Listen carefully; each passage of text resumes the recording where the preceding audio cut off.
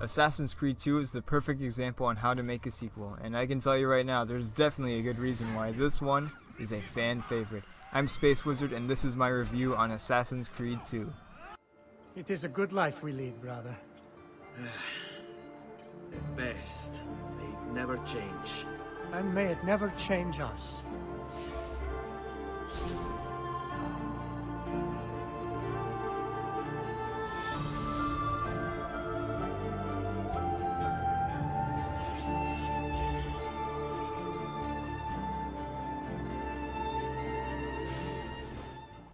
The basic story, without spoiling anything, is that Ezio Auditore is seeking revenge and is trying to rid Italy of the Templars. He soon uncovers a bigger plot that will affect more than just Italy. Now, just like with every other Assassin's Creed game, this one takes place in a historic location and time period. This time we dive into Italy during the period of rebirth, the Renaissance. Before I talk a little more about Italy, let's go ahead and talk about some combat. I'm killed! You brought this on yourself! Now, if you've played the first Assassin's Creed, you'll know that the combat system in that one was pretty good, but they've definitely made improvements in this one. Weapons, for starters, have definitely been given an upgrade. There's a multitude of weapons like maces, hammers, swords, daggers, throwing knives, and even a wrist pistol. Pretty awesome. There are different tiers of certain weapons, mainly swords, that have different stats. Some add more damage, while some are quicker. In my opinion, the sword is the way to go with combat. It gets the job done. It's kind of like Mario in Mario Kart, generally good all around at all the stats. Don't you recognize me? It's me, Mario! One very noticeable difference from the first game is that you now have 2 hidden blades, not just one, man. 2. Pretty great. 2 hidden blades allow you to stealthily take down enemies easier and faster. You can now kill 2 guys with 1 go. The hidden blade mechanics also have been improved. You can jump off ledges to take down enemies. You can effectively use them in fights, unlike in AC1, and you can also ledge shank guards. This simple change is one of the great improvements from the first game. Now, general combat has also changed. It's more brutal, gives you more freedom, and works really well. Also, more death animations have been added to satisfy your bloodlust.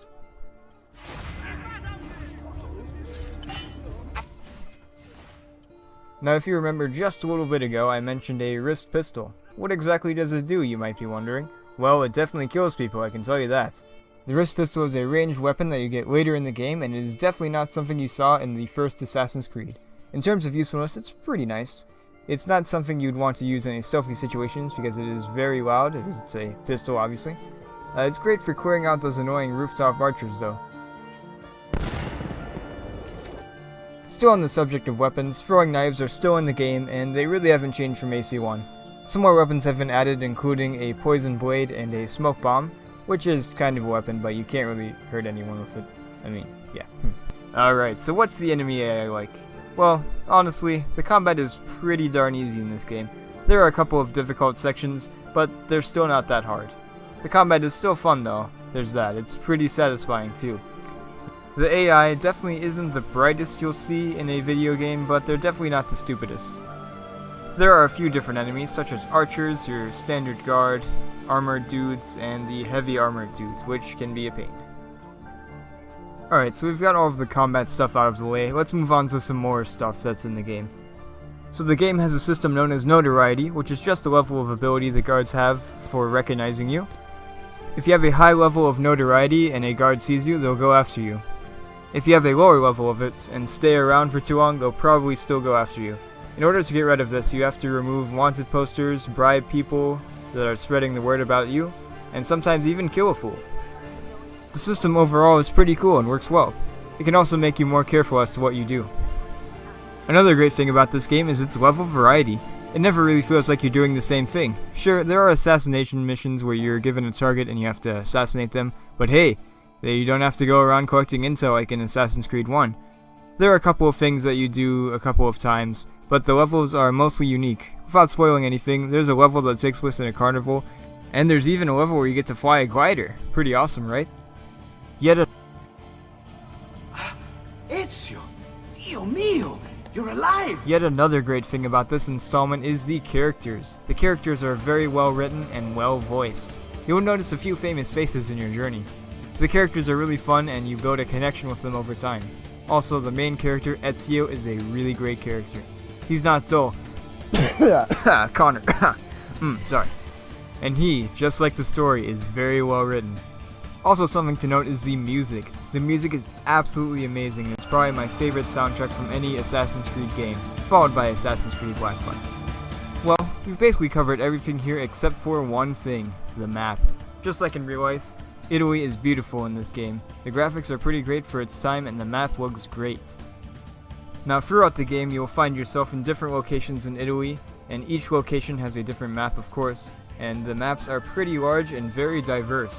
You can travel to them by boats, and yes, you can actually swim in this one, unlike in Assassin's Creed 1, or by horse, and you can also fast travel to each locations. I've personally never been to Italy, but from the pictures I've seen, it definitely looks accurate. Overall, this is probably the best game in the Assassin's Creed series so far. The characters are amazing, the music is great, the story is incredible, and the combat is very good. And now for my final rating. Now I give this game a 6 out of 6, which on my ranking list is a must play. This game is absolutely amazing. Trust me, you will not be disappointed with this game. Highly recommend you checking it out. I definitely recommend starting off with the first game, but if you really don't want to, then you'll probably be fine just starting off from this one too. Thank you guys for watching. Hope you enjoyed that video. That was my review on Assassin's Creed 2, my personal favorite Assassin's Creed game. And anyways guys, I'll see you guys in the next video. Bye bye!